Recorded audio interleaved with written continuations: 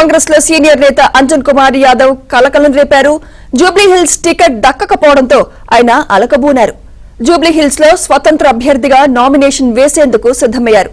దాంతో మీనాక్షి నటరాజన్ తో పాటు మంత్రులు పొన్నం, వివేక్ కలిసి అంజన్ కుమార్ ఇంటికి వెళ్లారు. ఆయన్ను బుజ్జగించే పనిలో ఉన్నారు.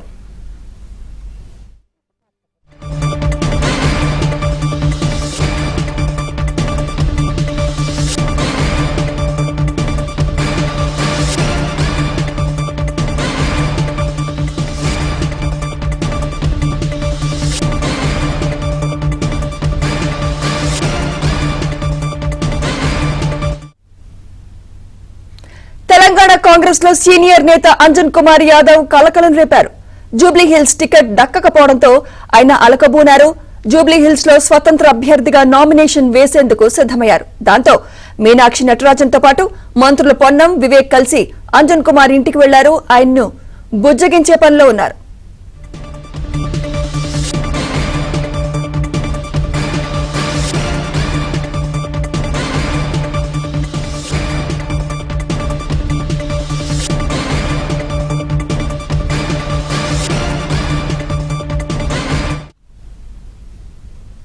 ఇదే అంశంపై మరింత సమాచారం మా ప్రతినిధి సిద్ధార్థ్ అందిస్తారు. సిద్ధార్థ్. Thank you Sumitra. జూబ్లీహిల్స్ ఉప ఎన్నికల టికెట్ ఆశించి భంగపడ్డటువంటి మాజీ ఎంపీ అంజన్ కుమార్ యాదవ్ ను బుజ్జగించడానికి అధిష్టానం చర్యలు తీసుకుంది. ప్రస్తుతం అంజన్ కుమార్ నివాసానికి పార్టీ ఇన్ఛార్జి మీనాక్షి నటరాజన్, మంత్రులు పొన్నం ప్రభాకర్, దాంతో పాటు మరికొంతమంది సీనియర్ కాంగ్రెస్ నేతలు వచ్చారు. మొన్నటి వరకు ఆయనకు టికెట్ వస్తుందని చాలా ఆశలు పెట్టుకున్నారు. ఆయన గతంలో ఎంపీగా పనిచేసినటువంటి సమయంలో జూబ్లీహిల్స్ అభివృద్ధికి చాలా తోడ్పడినటువంటి విషయాన్ని తాను గుర్తు చేసుకున్నాడు.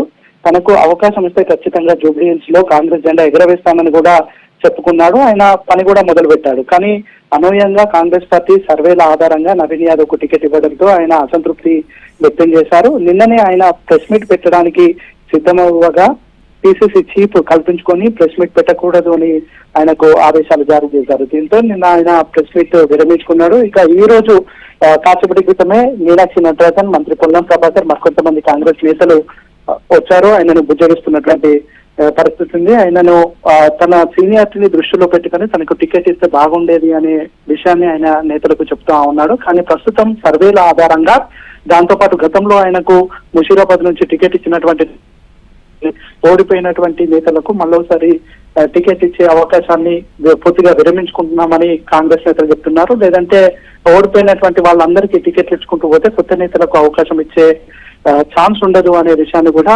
కాంగ్రెస్ నేతలు స్పష్టం చేస్తున్నారు. సో మొత్తానికైతే జూబ్లీహిల్స్ ఉప ఎన్నికల్లో అంజన్ కుమార్ యాదవ్ కూడా అక్కడ సీరియస్ గా పనిచేస్తే కాంగ్రెస్ కి మరింత మెజార్టీ పెరిగే అవకాశం ఉంటుందని కాంగ్రెస్ నేతలు భావిస్తున్నారు. దాంట్లో భాగంగానే బుజ్జగింపులు చేస్తున్నారు.